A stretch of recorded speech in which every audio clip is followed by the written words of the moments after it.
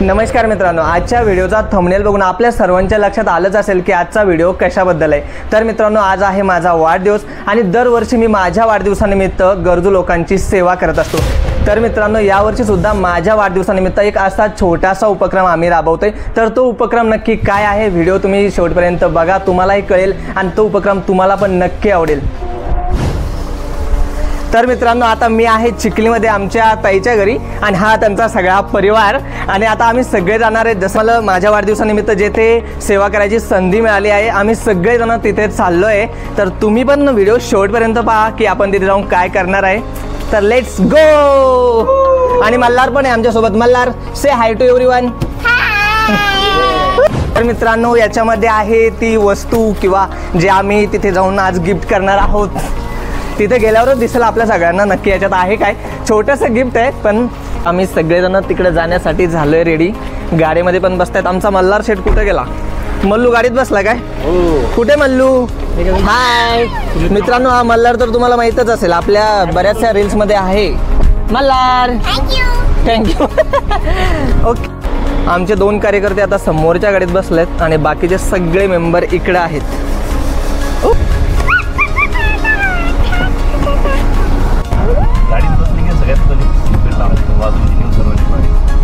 Okay, तर भाऊजींनी आपल्याला आता रूल सांगितला आहे की गाडीत बसलं की सर्वप्रथम सीट बेल्ट लावायचा। आणि आपण एक लास्टला आता व्हिडिओ पण बनवला होता आरटीओ सरांसोबत, ॲक्सिडेंट झाल्यावर मदत करायला पाहिजे।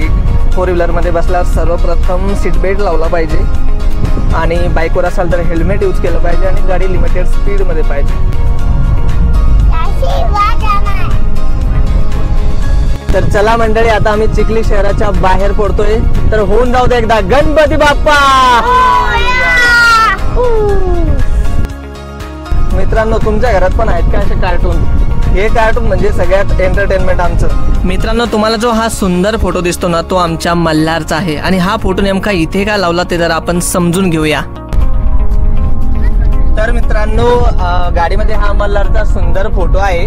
तर हा फोटो सुंदर आहे म्हणून नाही लावलाय, तर याच्या मागे एक कन्सेप्ट आहे। आता ही काय कन्सेप्ट आहे हे स्वतः आमचे भाऊजीच तुम्हाला सांगेल। भाऊजी, काय बरं मल्हारचा फोटो लावला इकडे? हे जे मल्हारचा फोटो आहे ना, हा मल्हारच्या आईने मला आणि आमच्या आजोबांना म्हणजे बाबांना गिफ्ट दिलाय की हा गाडीत लावायचा आणि याच्याकडे बघायचं आणि तुमचा स्पीडवर कंट्रोल ठेवायचं की आपल्याला याच्यासाठी जिवंत राहायचंय, जगायचंय आणि स्पीड तुम्ही वाढवायचा नाही, याच्याकडे बघायचं आणि गाडीचा स्पीड कंट्रोलमध्ये ठेवायचा। तर सध्या पण आपल्या गाडीचा स्पीड कंट्रोलमध्येच आहे। ओके, तर मित्रांनो, हा फोटो लावण्यामागची कन्सेप्ट अशी आहे की मल्हारच्या मम्मीने मल्हारच्या बाप्पाला गिफ्ट दिलेला आहे की गाडीमध्ये का लावायचा, तर याच्याकडे बघून तुम्ही तुमची गाडीचा स्पीड कंट्रोलमध्ये ठेवायचा, लिमिटेशनमध्ये गाडी चालवायची, लिमिटेड स्पीडमध्ये गाडी चालवायची। का तर आपल्याला याला पुढे सांभाळायचं आहे। तर ही कन्सेप्ट चांगली आहे। जर तुमच्याकडे पण जर कोणी असे हेवी ड्रायव्हर्स असतील तुमच्या घरामध्ये, तर तुम्ही त्यांना असं एक छानसं गिफ्ट देऊ शकता। तसं ही आमच्या ताईची संकल्पना आहे, कशी वाटली कमेंट्समध्ये नक्की सांगा बरं काय। तर मित्रांनो, आम्ही नेमका आज चाललोय तरी कुठे, तर बुलढाणा जिल्ह्यात। तर आता जसं की मी सांगितलं, मी चिखलीमध्ये होतो। तर चिखलीपासून मेहकर रोडनी म्हणजे चिखली मेहकर रोडवर चिखलीपासून अगदी 30 ते 31 किलोमीटर अंतरावर हिवरा आश्रम नावाचं गाव आहे। हिवरा आश्रम हा विवेकानंद आश्रम यासाठी प्रसिद्ध आहे। विवेकानंद आश्रम खूप प्रसिद्ध आहे, जिथे लोक दर्शनासाठी वगैरे येतात, फिरायचं एक चांगलं ठिकाण आहे। आणि याच हिवरा आश्रम गावामध्ये एक नित्यानंद आश्रम आहे, जिथे बऱ्याच लहान लहान मुलांचा सांभाळ केला जातो आणि त्यांना सांभाळतात ते म्हणजे शेळके सर। तर या आश्रमात आपण आज जाणार आहोत आणि माझ्या वाढदिवसानिमित्त तिथे एक आपण छोटीशी भेटवस्तू त्यांना देणार आहोत। आणि काय तिथली परिस्थिती आहेत, का तिथे हे लहान लहान मुलं आहेत आणि त्यांचा कशा प्रकारे सांभाळ केला जातो ना, या सगळ्या गोष्टी आज आपण तिथे जाऊन व्हिडिओच्या माध्यमातून जाणून घेणार आहोत। तर फायनली मित्रांनो, आम्ही पोहोचले नित्यानंद सेवा प्रकल्प हिवरा आश्रममध्ये। अतिशय सुसज्ज अशी ही इमारत लहान लहान लेकरांचा सांभाळ करण्यासाठी येथे बनवण्यात आली आहे। एक गोष्ट मला आपल्या सर्वांना आवर्जून सांगायला आवडेल की 50 ते 60 मुलांचा रक्ताचं नातं नसलेला एक बाप त्या 50 ते 60 मुलांची निस्वार्थपणे येथे सेवा करतो। आणि या सर्वांनाच भेटण्यासाठी आज आपण इकडे आलो आहे। मित्रांनो, हा व्हिडिओ शेवटपर्यंत नक्की बघा, आपल्याला यातून खूप काही अनुभवायला मिळेल आणि शिकायला सुद्धा मिळेल। काय नाव आहे तुझं? अंश। कोणत्या वर्गात आहे तू शाळेत? अजून शाळेत नाही जात? इथं किती वर्षापासून तर किती वर्षापर्यंत मुलं असतात? 3 वर्षापासून 3 वर्षापासून ते 18 वर्षापर्यंत। 18 22 वर्ष बर बर बर. यांचं म्हणजे कसं आहे, आई वडील नाहीत की यांना सोडून वगैरे गेलेले, कसं आहे? याच्यामध्ये मॅक्झिमम मुलं आपल्याला अनाथ पण जे असतं त्याची व्याख्या खूप ब्रॉड आहे. हां हां. की काही आई वडील वारलेली मुलं परंतु त्यांना मामा काका वगैरे आहेत, असे काही मुलं असतात. बरं. त्यानंतर कधी कधी काय होतं की वडील वारतात, मग आईची शिक्षण म्हणजे ऐपत नसते, अशा वेळी अशी मुलं. त्यानंतर वडिलांना आईचा खून केला, कौटुंबिक वादातून ज्या काही ट्रॅजेडी निर्माण होतात त्या ट्रॅजेडीची मुलं आहेत. नंतर वडील वारले, नंतर आई पळून गेली किंवा अशा काही ट्रॅजेडी आले, असे काही मुलं आहेत. त्यानंतर काही जेलमध्ये शिक्षा भोगणारे काही पालक असतात, असे काही गुन्हे घडतात ना, त्यांचे पण मुलं आहेत. आणि काही आर्थिक दुर्बल घटकातील काही अपंग मुलं आहेत, 2-3 अपंग पण मुलं आहेत. अपंग मुलं पण असतात आपल्याकडे, पण मुलं आहेत की म्हणजे स्वतःचं काम स्वतः करू शकतात, परंतु ज्यांना गरजू आहेत अशी. आता इथं टोटल किती मुलं आहेत आपल्याकडे? सध्या 50 मुलं आहेत आपल्याकडे. 50 मुलं. आणि सर तुम्ही म्हणजे किती वर्षांपासून करता हे सेवा? हे 12 वर्ष झाले, माझं एक तर पूर्ण झालं. बरं. आणि तुम्ही स्वतः शिक्षक आहे बरोबर? हां, मी एक जिल्हा परिषद शिक्षक आहे. अच्छा. मग तुम्ही शिक्षक असताना कसं मॅनेज करताय? म्हणजे आता तुम्ही शाळेवर वगैरे गेले तर इकडं कोण पाहत आहे सगळं? म्हणजे आमचं पहिल्यापासूनच एक आहे की मोठ्या मुलांचं असो की लहान मुलांचं की एकमेकांचा सांभाळ मुलं करतात. अच्छा. कारण ते म्हणतात की जो निखारा तुला जाळतो तोच मलाही जाळतो. बरोबर. तू मला सांभाळ, मी तुला सांभाळतो. अशा या एकमेकांच्या सहकार्यातून हा प्रकल्प चालतो. विशेष म्हणजे मोठी मुलं लहान मुलांना सांभाळतात. एक अशी कल्चर इथे डेव्हलप झाली की सकाळी उठण्यापासून तर संध्याकाळी झोपेपर्यंत मुलांमध्ये स्वयंशिस्त आहे. बर. त्यानंतर मोठे मुलंच एक शिक्षकाची भूमिका निभवतात. म्हणजे या परिवारामध्ये 8 वर्ष 10 वर्ष राहिलेली जी मुलं आहेत तेच मुलं मोठा भाऊ म्हणून घरातला करते पण जसा असतो बरोबर, तो त्यांच्यासाठी रोल मॉडेल असतो. तो मग यांना शिस्त लावतो किंवा जबाबदाऱ्या वाटून घेतो. त्यानंतर इथे एकही कर्मचारी आपल्याकडे स्वयंपाकवाल्या काकू सोडल्या तर बाकी सर्व कामं मुलंच करतात. बरोबर. म्हणजे स्वयंपाक सोडला तर बाकी सगळे कामं मुलंच करतात आणि ते स्वतःहून करतात आणि त्यांच्यावर श्रमसंस्कार व्हावा त्या दृष्टीनं आपला जास्त प्रयत्न असतो. बरोबर. आणि सर्व मुलांना ट्युशन आहेत. आणि मग हे ट्युशन कुठे? इथेच गावामध्ये. आणि याची ट्युशन फी वगैरे कसं? मग ट्युशन फी म्हणजे गावातून खूप चांगल्या प्रकारची आपुलकी आहे. अच्छा. गावाचं जे काही गावकरी लोक मदत करतात थोडक्यात, लोकांना आपुलकी आहे. म्हणजे आपल्या मुलांना थोडक्यात ते आपला मुलगा समजून त्याला ते देतात जी गोष्ट पाहिजे ती. म्हणजे इथे असं आहे की गावकऱ्यांचं एवढी आपुलकी आहे की ज्याच्याकडे भाजीपाल्याचं दुकान असेल तर तो आठवड्यातून एकदा भाजीपाला देतो. ज्याच्याकडे दूध डेअरी आहे तर ते डेअरीवाले दररोज 1 लिटर दूध देतात. अच्छा. त्यानंतर दळणावाले विद्यार्थी आहेत आमचे, ते पण दळण काही विशिष्ट डिस्काउंटमध्ये देतात. बरेच लोक अशा सहकार्य करतात. अच्छा. म्हणजे आपल्याला सहकार्य एक चांगल्या प्रकारचं मिळतं इथे गावकऱ्यांकडून, समजा परिसरातून वेगळ्या पद्धतीचं सहकार्य मिळतं. अच्छा. तर काय आहे की लोक आदरानं जेव्हा म्हणतात की बाबा एक अनंत शेळके नावाचा एक शिक्षक 50 मुलांना सांभाळतो, ते प्रेमापोटी आदरापोटी हे बोलतात, परंतु हे अर्ध सत्य आहे. बरं. सत्य हे आहे की परिसरातील नव्हे तर संपूर्ण जिल्ह्यातील सामाजिक जाणीवा समृद्ध असणारे लोक या लेकरांच्या डोक्यावर हात ठेवतात आणि त्यांच्या दातृत्वाच्या छायेमध्ये हा प्रकल्प उभा आहे. मी इथे फक्त आहे जगद्गुरु तुकोबराय म्हणतात, थोडीले भांडार धान्याचा हा माल, तर हा माल भारवाई. म्हणून माझी भूमिका इथे तेवढीच आहे. एक पाऊल फक्त मी पुढे आहे, बाकीचे 99 पाऊल हे तुमच्यासारखे समाजातले जे लोक आहेत ते पुढे टाकतायत. सर, सगळ्यात मोठी गोष्ट तुम्ही आता जी बोलली ती म्हणजे की जसं तुम्ही म्हटले की लोक म्हणतात की बा सरच हे सगळं सांभाळतात, पण तुम्ही स्वतःच्या तोंडाने सांगितलं की बाबा मी फक्त अर्ध्या गोष्टी करतो. म्हणजे अर्ध्या गोष्टी तुम्हाला तुमचं हे गावकरी लोक सहकार्य करतात किंवा जसं आमच्यासारखे कोणी बाहेरून येतात हे सहकार्य करतात, पण सगळ्यात मोठी गोष्ट ही आहे की तुम्ही त्या लोकांना त्याचं क्रेडिट देता. बरोबर काय? क्रेडिट त्याला दिलंच पाहिजे. बरोबर आहे की आपण अर्ध काम करून फुल पगार घेण्यात फुल नाही पगार पण सर घेताना याला आपल्याला खूप मोठं आपण- मन लागतं की हो. तुम्ही म्हणजे एवढं सगळं सांभाळता आणि जे लोक म्हणजे त्यांच्याकडून जेवढं होईल तेवढी सेवा करतात त्यांना सुद्धा तुम्ही तेवढंच क्रेडिट देता ह्या गोष्टीचं. म्हणजे ह्या गोष्टीत सुद्धा खूप मोठं मन लागतं ना, की बरोबर आहे की नाही. तसं तुमचं मन मोठंच आहे कारण तुम्ही एवढं सगळं सांभाळता म्हटल्यावर. मग आता तुम्ही काय बोलू शकता याच्यावर, किंवा काय तुम्हाला असा काय आमच्या थ्रू तुम्ही मेसेज देणार आहे लोकांपर्यंत?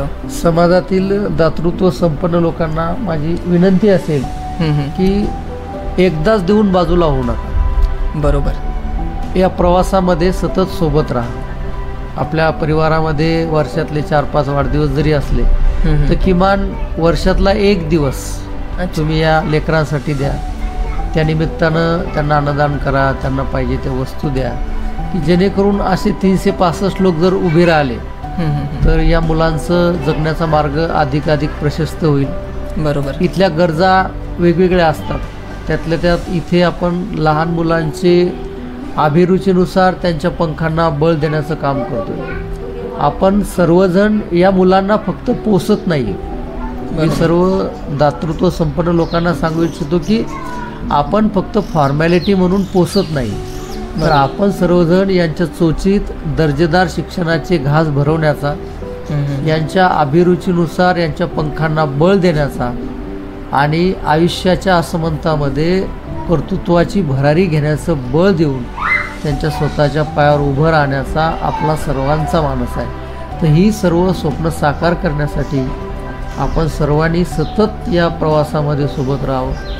अनेक संस्था आहेत, संजय महाराज पाचपूर महाराजांसारखी माणसं आहेत बरोबर की ज्यांनी 3ऱ्या मजल्याच्या बांधकामासाठी भरभरून अशा प्रकारची मदत दिली, दाते दिले. अच्छा. तर अशा प्रवासामध्ये अनेक लोक आहेत की ज्यांनी एकदा दिलं, परंतु आम्हाला असं वाटतं की दात्यांनी आमच्या प्रवासात सतत सोबत राहावं. सोबत राहणं म्हणजे काय होतं, आम्हाला एक बळ असतं अधूनमधून येत राहावं. त्यानंतर या मुलांसोबत संवाद साधावा. आपले म्हणजे गेस्ट आले की मुलांना एक वेगळा आनंद होतो. बरोबर. त्यांनाही आपलं कुणीतरी आहे याची जाणीव होते. आणि विशेष म्हणजे या लेकरांमध्ये वस्तूचं जग वेगळं असतं, परंतु यांच्यामध्ये एक आपुलकीची पोकळी असते.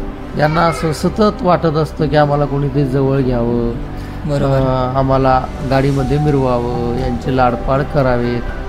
तर या निमित्तानं आपण बाहेरून डोनेशन किंवा वस्तुरूपात पाठवल्यापेक्षा इथं यावं, या मुलांमध्ये राहावं, त्यांच्या सानिध्यात आपले काही क्षण घालवावेत. बरोबर. त्यामुळं या लेकरांसोबत एक वेगळं नातं तयार होतं आणि या नात्यातूनच यांचं आयुष्य फुलत जातं.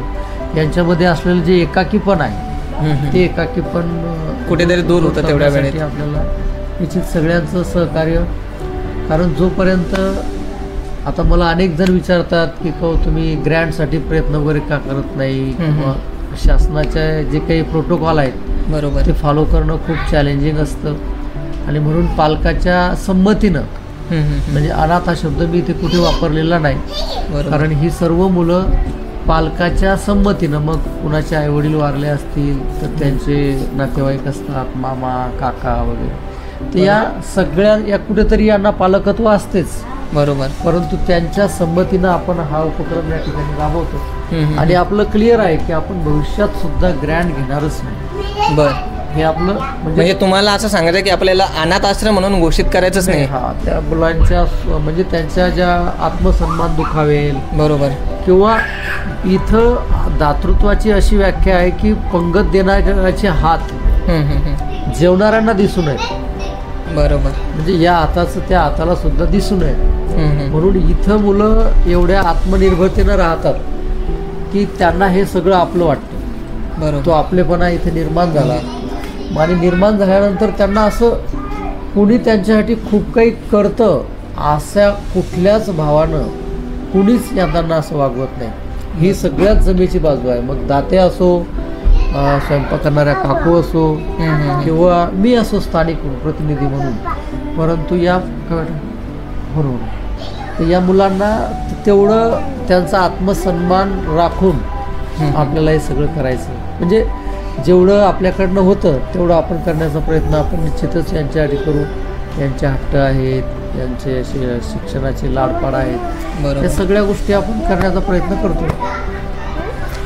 तर मित्रांनो हे शेळके सर आहेत जे की इथलं या आश्रमाचं प्रतिनिधित्व करतात.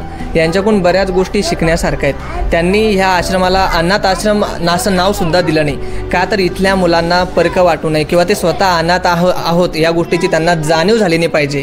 म्हणजे त्यांनी एक व्याख्यासुद्धा सांगितली की इथून देणाऱ्याचा हात त्या मुलांना दिसला नाही पाहिजे, की त्यांना सगळं आपलं असं वाटलं पाहिजे. म्हणजे सगळ्यात बऱ्याच गोष्टी आता त्यांनी सांगितल्या, जसं की त्यांनी सांगितलं की फक्त तुम्ही बाहेरून गोष्टी इथे येऊन दान करू नका किंवा देऊ नका, तुम्ही स्वतः इथे या, इथल्या ह्या मुलांसोबत तुमचा टाईम स्पेंड करा, म्हणजे जेणेकरून त्यांना असं वाटलं पाहिजे की ही सगळी लोकं आपले आहेत, आपण अजूनही अनाथ नाहोत.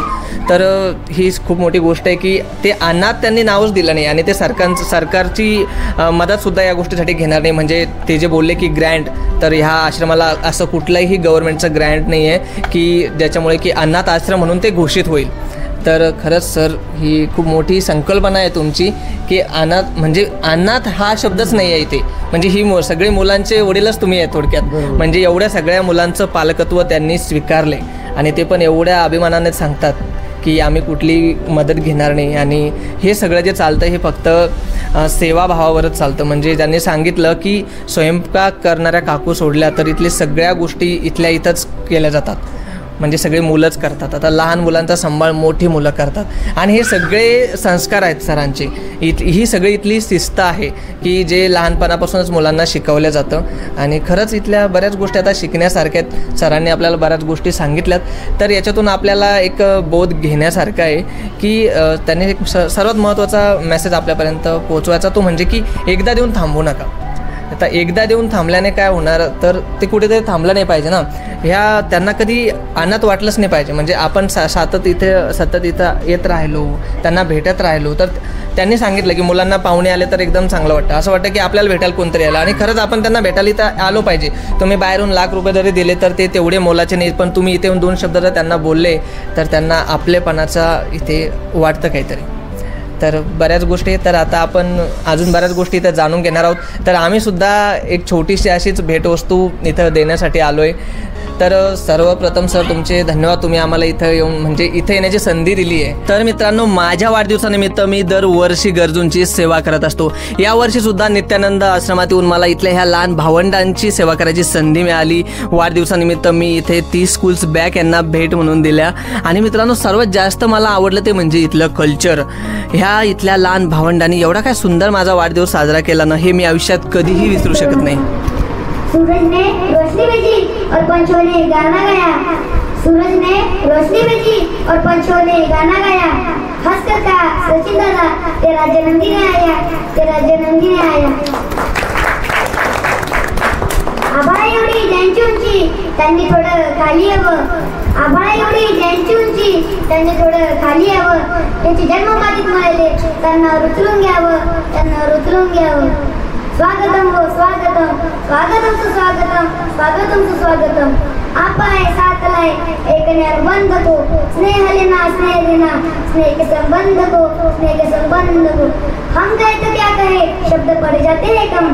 स्वागतम हो स्वागतम, स्वागतम सुस्वागतम, स्वागतम सुस्वागतम.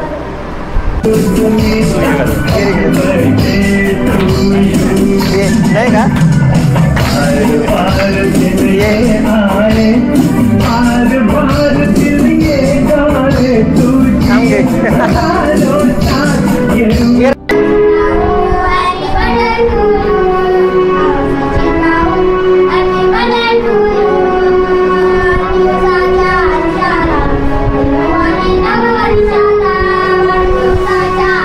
या ठिकाणी मी सर्वप्रथम सचिन दादाला नित्यानंद परिवाराच्या वतीने खूप खूप वाढदिवसाच्या शुभेच्छा देतो.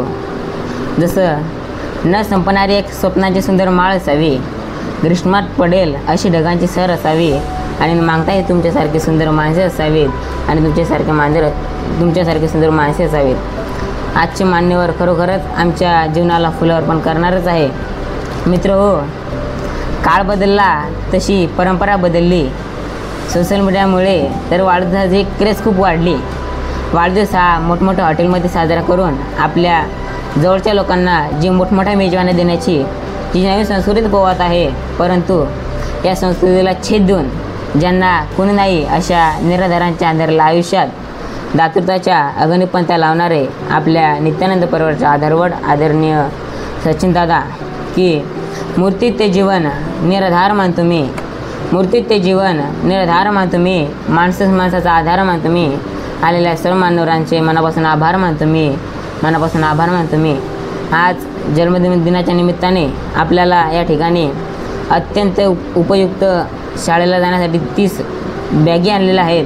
त्याबद्दल मी या ठिकाणी सचिनदादाचे खूप खूप आभार मानतो. शेवटी दादा असं म्हणेल, वाढदिवसाचे असे सोहळे डोळ्यात भरून पाहू द्या, वाढदिवसाचे असे सोहळे डोळ्यात भरून पाहू द्या, आभाळागत माया तुमची आम्हावर राहू द्या, आभाळागत माया तुमची आम्हावर राहू द्या. वाढदिवस साजरा करून झाल्यानंतर आम्ही आणलेल्या स्कूल्स बॅग आम्ही यांना भेट म्हणून दिल्या आणि त्यानंतर इथल्या ह्या लहान भावांच्या चेहऱ्यावर जो आनंद दिसत होता ना, तो आनंद पाहून मला जे समाधान मिळालं ते मी शब्दात सांगू शकत नाही. तर आता आपण पाहूया मुलांची राहायची व्यवस्था. तर जसं की आपण पाहू राहिलो सगळेजण, एकदम खास इथे राहण्याची म्हणजे उत्तम अशी सोय आहे मुलांची. मुलांना राहण्यासाठी इथे मोठ्याच्या मोठ्या रूम्स आहेत. रूम्समध्ये बेड्स आहे, प्रॉपर लाईट आणि फॅनसुद्धा आहेत. तर मित्रांनो, इथं आल्यानंतर आम्हाला कळलं की हा जो मित्र आहे हा जॉब करून पोलीस भरतीचा अभ्याससुद्धा करतो आणि हा लहानचा मोठा इथेच झाला आहे आणि हा जॉब लोणारला करतो, जे की लोणारीतनं 40 किलोमीटर आहे, बरोबर. आणि सुट्टीच्या दिवशी इथं येतो आणि इथे येऊन इथल्या अभ्यासिकामध्ये येऊन अभ्यास करतो आणि त्यांचा जो हा परिवार आहे त्या परिवारासोबत तो टाईम स्पेंड करतो. तर जरा त्याचा आपण एक्सपिरियन्स इथे जाणून घेऊया. तर किती वर्षापासून तू इथे होता लहान, म्हणजे कधी सुरुवातीला इथे आला होता तू? मी सरांकडे जेव्हा जवळपास 10वी झाली तेव्हापासून सरांकडे होतो. अच्छा, 10वी झाल्यानंतर? हां. अच्छा. तर सरांकडे जवळपास 7 ते 8 वर्ष मी सरांकडे राहिलेलो आहे. म्हणजे तू इथे 7 ते 8 वर्ष राहिला? 7 ते 8 वर्ष राहिलेलो. बरं बरं. सरांचा जो काही प्रकल्प आहे तो गावामध्ये अगोदर त्यांच्या घरी चालू केलेला आहे. त्यांनी 2 मुलापासून चालू झालेला हा प्रकल्प जवळपास आतापर्यंत 55 ते 60 मुलापर्यंत हा पोचलेला आहे. यामध्ये काही जे मुलं आहे, कोणी BSFमध्ये लागलेलं आहे, कोणी आर्मीमध्ये लागलेलं आहे, तर कोणी वेगवेगळ्या क्षेत्रामध्ये लागलेलं आहे, कोणी डॉक्टर झालेलं आहे, तर कोणी शिक्षक झालेलं आहे. सरांचे जे काही क्लास वगैरे सर फ्री ऑफ कास्टमध्ये इंग्लिशचे क्लास घेतात गावामध्ये. सर क्लास घेतात इंग्लिशचे ट्युशन घेतात ते मी फ्री ऑफ कास्टमध्ये शिकवतात सर. बरं बरं. कोणत्याही मुलाकडून पैसे वगैरे घेत नाही. अच्छा. आणि इथल्या मुलांसाठी तर फ्री? इथल्या मुलांसाठी पण फ्री आहे. बरोबर. आणि मग आता 10वी झाल्यानंतर तू पुढे काय केलं? 10वी झाल्याच्या नंतर मी BAमध्ये ग्रॅज्युएशन केलं आहे. बरं. BAमध्ये ग्रॅज्युएशन केलं, नंतर MA केलेलं आहे मी. बरं. नंतर MA केलं आहे. आणि असं जे कोरोनापासून थोडं गव्हर्नमेंट जॉबचं कुठेतरी मनामध्ये भीती होती की समोर जागा वगैरे निघतात की नाही. बरोबर. त्या हिशोबाने एक प्रायव्हेट जॉब कुठेतरी स्वीकारून घेतला आणि त्या दृष्टिकोनातून मी समोर आता कंपनीमध्ये 3 वर्ष जॉब केला आहे, सीड्स कंपनीमध्ये लोणारला. तर म्हणजे 3 वर्ष तू सीड्स कंपनीमध्ये जॉब करतो? हां, 3 वर्ष झाले मला जॉब करून. आणि जॉब करत असताना इकडे पोलीस भरतीचा अभ्यास पण? पोलीस भरतीचा अभ्यास पण करतो. जेव्हा जेव्हा काही सुट्टी वगैरे असते, सुट्टी असो किंवा सण असो, काही जे काही दुःख सुख असो, सर्व कार्यक्रमाला मी हजर असतो. बरं बरं बरं. म्हणजे बा या सगळ्यांचा एक मोठा भाऊ म्हणून एक जबाबदारीचा माणूस म्हणून इथे येत असतो. हा, बरोबर. काय म्हणजे यांच्या सुखदुःख. आणि इथं पुन्हा यांच्याशी अटॅचमेंट झाली, इथं आल्याशिवाय मला पण एक करमत नाही. बरोबर. आता म्हणजे ह्या एका मोठ्या परिवाराचा तो एक मोठा हिस्सा आहे. हा, बरोबर. म्हणजे एकदम सुरुवातीपासून पाहिलेलं आहे की इथं काय काय होतं. बरं. मग बाकी सरांबद्दल काय बोलणार? म्हणजे सरांनी जे काही केलं ते आतापर्यंत तर कोणी केलं नाही असं मी बघितलं नाही. पैसे देणारे भरपूर भेटतील, पण त्यांचा सांभाळ करणारे आणि त्यांच्यावर संस्कार घडवणारे हे क्वचित आपल्याला पाहायला मिळतात. हे तुमच्या बोलण्यातूनच तुमच्यावरचे संस्कार हे सरांचे दिसूनच येतात. बरं बरं. मग सर मोटिवेट करत असतात या गोष्टींसाठी पुढे काय? म्हणजे आमच्या परिवारामध्ये कोणाच्या आयुष्यात सुखदुःख असले तर ते सर्व सरांशी शेअर करून त्यावर काहीतरी तोडगा निघत असतो. बरोबर. आता आपल्याकडे जवळपास 7 ते 8 जिल्ह्यामधले मुलं आहे, त्यांची संख्या 55 ते 60 मुलं आहे. इथं कोणत्याही जाती धर्माचा इथं आपण विचार करत नाही कधी. बरोबर.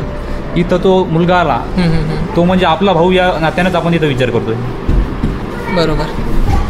तर म्हणजे सगळ्यांना इथे समानता आहे. सगळेजण म्हणजे सरांच्या मुलासारखे आहेत. मुलांचा सर्व म्हणजे सर एकदम निस्वार्थपणे सगळ्यांचा सांभाळ करतात. इथं जवळपास 2.5 वर्षापासून मुलं आहे आपल्याकडे. आणि आता इथले असे काही मुलं आहेत का जे इथून नोकरीला लागले? हा, बऱ्याचपैकी आता एक मागील वर्षामध्ये आपल्या इथे एक BSFमध्ये एक मुलगा लागला. BSFमध्ये? हा, BSFमध्ये एक लागला आणि एक CISFमध्ये लागला. CISFमध्ये एक लागला. दोघांची आता ट्रेनिंग संपत आली आहे. त्यामध्ये काही डॉक्टर झाले, काही शिक्षक झाले. आता माझ्यासारखे 2 ते 3 मुलं सीड्स कंपनीमध्ये जे इथं शिकले आणि कुठेतरी आता प्रायव्हेटमध्ये जॉब करतात. बरोबर. ठीक आहे. आणि एक मिनटं. तर तू जेव्हा इथे आला, आता असं इथं सर तर म्हणतात इथे अनाथ शब्द आम्ही वापरतच नाही, हा, बरोबर. हे जे आहे ते आपलेच मुलं आहेत, बरोबर. हा. तर म्हणजे प्रत्येकाला गरजच असते, कोणीतरी आईवडिलांनी सोडलेला मुलगा किंवा कुठल्याला आईवडील नसेल, असेच मुलं इथं आहेत. तर तुझा काय म्हणजे इथे येण्याचा कसा प्रवास होता तो? मी आपल्याला सांगितल्याप्रमाणे 2 मुलापासून हा जो प्रकल्प झालेला, 2 मुलं जेव्हा होते तेव्हा प्रकल्प गावामध्ये होता. बरोबर. जागेची कमतरता पाहून हा प्रकल्प इथे स्थलांतरित करण्यात आला. इथे स्थलांतर केला. जेव्हा सुरुवातीला हा प्रकल्प इथे स्थलांतरित करण्यात आला तेव्हा इथे थोडेफार प्रमाणात चोरीच्या घटना घडल्या. म्हणजे हे कन्स्ट्रक्शन चालू असताना सुरुवातीला आपण मुलं इथं स्थलांतरित केले. बरोबर. तेव्हा लोकांना माहीत नव्हतं की इथं नेमकं आहे तरी काय. अच्छा, लोकांना माहीत नव्हतं. हां. आणि इथे चोरीच्या घटना इथं घडल्या. एकदम चोरीच्या घटना घडल्या. अच्छा. त्या दृष्टिकोनातून आम्ही 1-2 मुलं मोठाली मुलं इथं राहत गेलो. म्हणजे आमची म्हणजे तू ह्याच गावातला आहे? मी इथून अंतर 3 किलोमीटर अंतर गाव आहे, तिथलं आहे मी. म्हणजे बाबा तू फक्त इथं मुलांवर म्हणजे लक्ष ठेवायसाठी आला हां. आणि ह्या परिवाराचा एक भागच होऊन गेला. हा, बरोबर. आणि मग इथेच वाढला वगैरे सगळं? इथंच वाढलो आणि इथंच सर्व सुख इथं. भारी. तुम्हाला भेटून भारी वाटलं. लवकर तुला पोलीस भरतीमध्ये यश मिळो. धन्यवाद. जन्मदिनाच्या निमित्तानं सचिन भाऊ मांडे यांनी नित्यानंद परिवाराला सहपरिवार भेट देऊन 30 बॅग गिफ्ट केल्या. अतिशय दर्जेदार महागड्या कंपनीच्या आणि उच्चतम क्वालिटीच्या अशा प्रकारच्या ह्या बॅग आहेत. आपल्या घरच्या लेकरांना ज्याप्रमाणे आपण त्यांच्या चॉईसनुसार त्यांना पसंती देतो, विविध आमच्या लेकरांसाठी दर्जेदार बॅगा ऑर्डर केल्या आणि आज जन्मदिनाच्या शुभमुहूर्तावरती सुपूर्द केल्या. त्याबद्दल मी त्यांचे मनपूर्वक आभार या ठिकाणी व्यक्त करतो. की न बजुकले ज्यांच्या अंगणी गोंधळभर पाणी द्यावे, श्रीमंत हृदय त्यांनी आपले तिथे करून म्हणून घ्यावे. हीच अनुभूती सचिन भाऊच्या दातृत्वातून आली. याने